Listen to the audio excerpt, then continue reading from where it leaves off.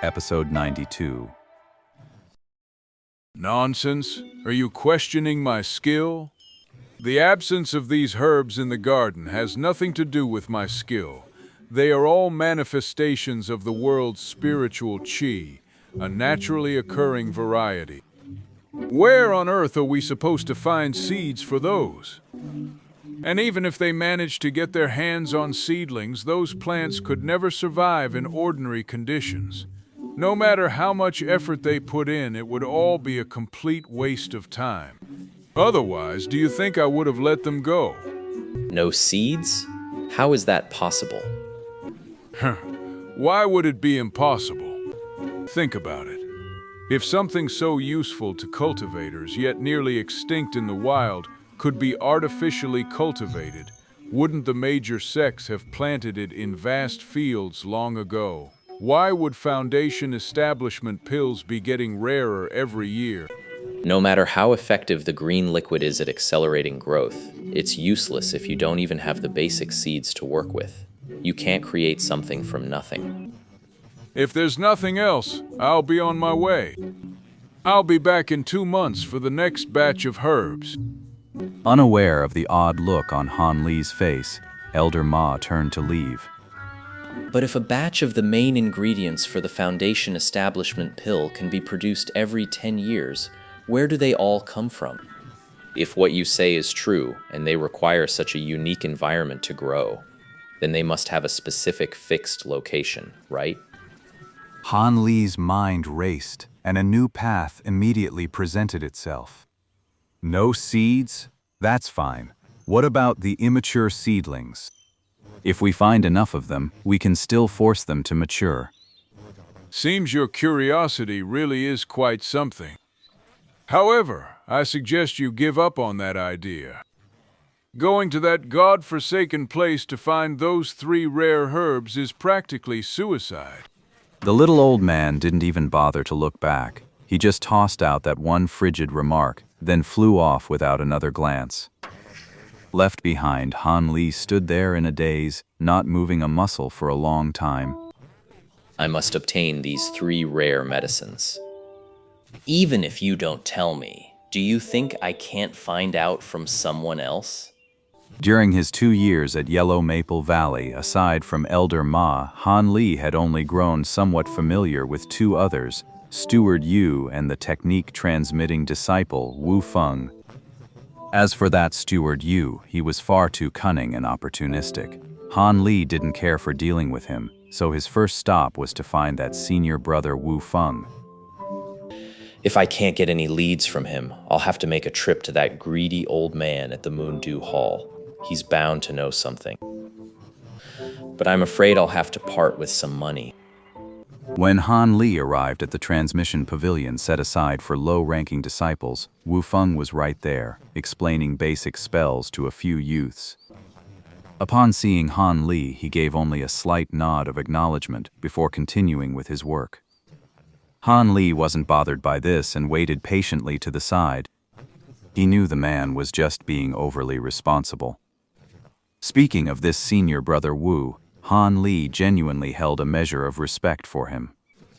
Although this senior brother, after taking the foundation establishment pill, remained stuck at the peak of the chi condensation stage, never advancing to foundation establishment. Yet his comprehension of low-level spells was truly sublime, grasping one concept and inferring 10 more. This left Han Li utterly amazed, and he learned a great deal from him. If that were all, Han Li would have merely taken note of him, not held him in such high regard.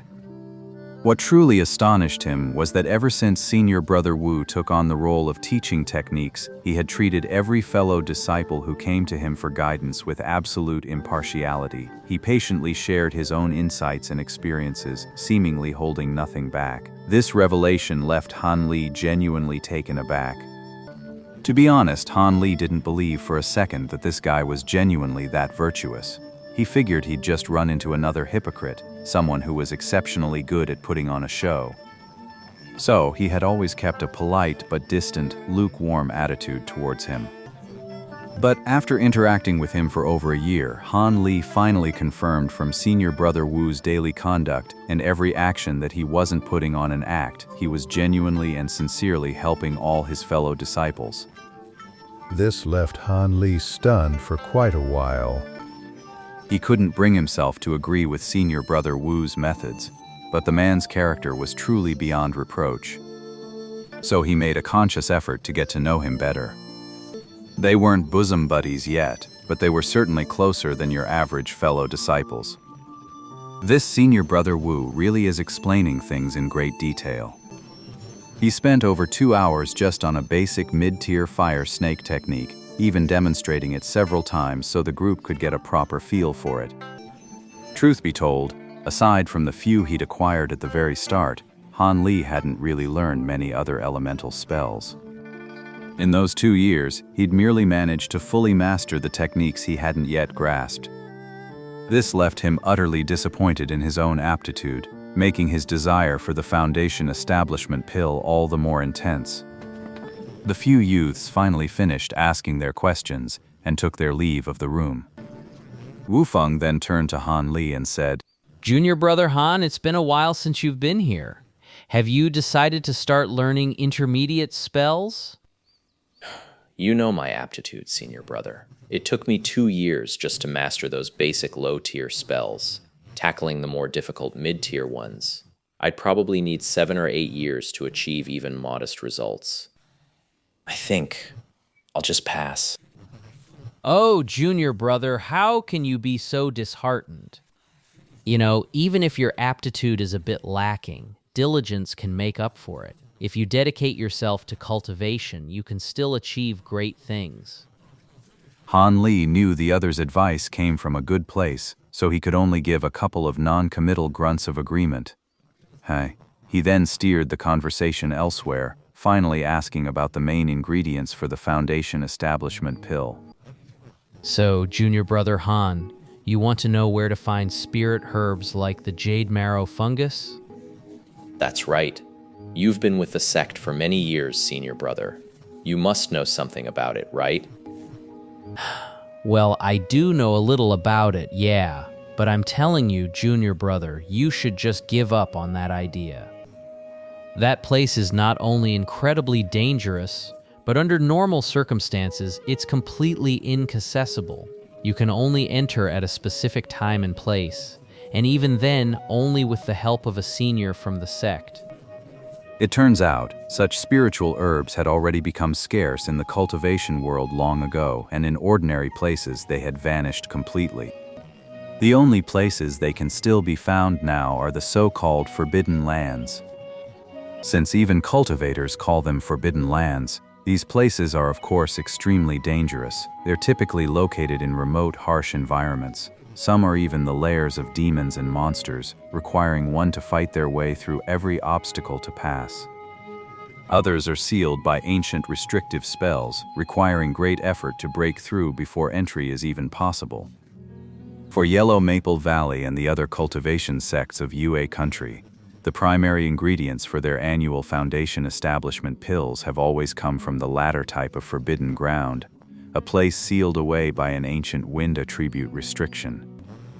The restrictions on that forbidden land are incredibly powerful. Originally, there was no hope for our cultivation sects to open them.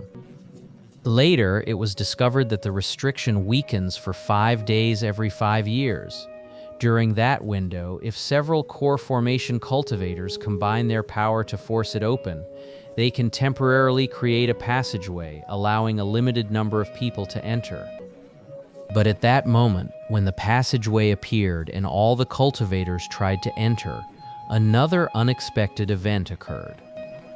What kind of accident? That forbidden zone has a strange restriction on it. Anyone past the Qi condensation stage gets completely blocked out. But those still in Qi condensation, they can waltz right in, no problem at all. They've gathered huge amounts of rare spirit herbs and brought them all out.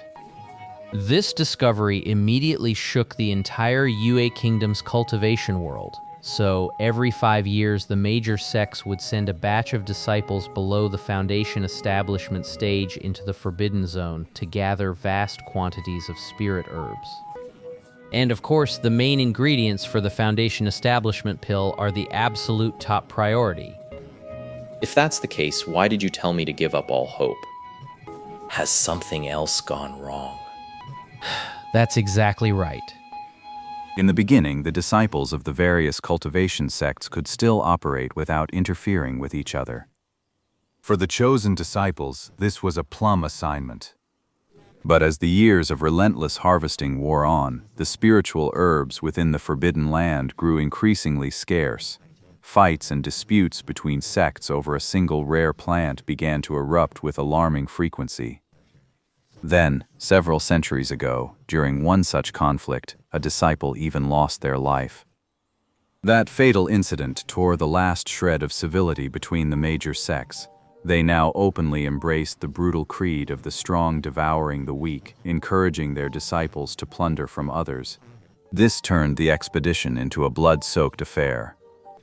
As a result, the spiritual herbs gradually dwindled, and the struggle within the Forbidden Land grew fiercer and bloodier with each passing trial. In the last century, the fighting has become so brutal that fewer than a third of the disciples who enter the Forbidden Land make it out alive. The disciples of the various sects began calling the Forbidden Zone expedition the Bloody Trial. They all started avoiding it, to the point where there was once an embarrassing situation where not a single person was willing to go. Haven't the major sects tried to come up with a solution? Oh, they certainly tried. They forced disciples in, but those sent just went through the motions, or even found a place to hide until it was over. It drove the higher-ups absolutely furious, but there was nothing they could do. If threats don't work, then we'll have to use incentives. Bribery? Right. Now, almost every sect is using heavy rewards to recruit disciples for the Forbidden Land expedition, and they've tied the rewards directly to the amount of spiritual herbs you can bring out. Take our Yellow Maple Valley, for example. For the last few expeditions, the sect has had a clear rule. Any disciple who signs up gets a mid-grade spirit stone and a magic artifact in advance as an incentive. And if you actually manage to bring spirit herbs out from the Forbidden Zone, the sect will give out even richer rewards based on the quantity and quality of what you bring. Spirit stones, magic tools, spirit pills, you name it. The highest prizes even include the sect's secret stash of Foundation establishment pills. That's the kind of thing that makes low-level disciples risk it all. With such a heavy reward, there should have been a lot of people signing up. There was indeed a surge of applicants for a time, but that only lasted for 2 or 3 rounds before it completely fizzled out. That hefty reward isn't so easy to claim. Before the high reward was offered, about a third of those who entered the Forbidden Land would survive the struggle. Now, after the blood-forbidden trial, less than a quarter even make it out alive, and of those survivors, the ones who actually bring back spirit herbs are even fewer. Most come out with nothing but severe injuries. They came back with absolutely nothing, let alone a Foundation establishment pill. After hearing all of this, Han Li was left with nothing but frustration. I never imagined gathering these herbs would require entering some forbidden zone, and then having to fight disciples from other sects. Only the victors get to leave. And the survival rate is shockingly low. Less than a quarter of those who enter ever walk out of this so-called bloody trial. Isn't that an awfully big risk to take? I'm no expert.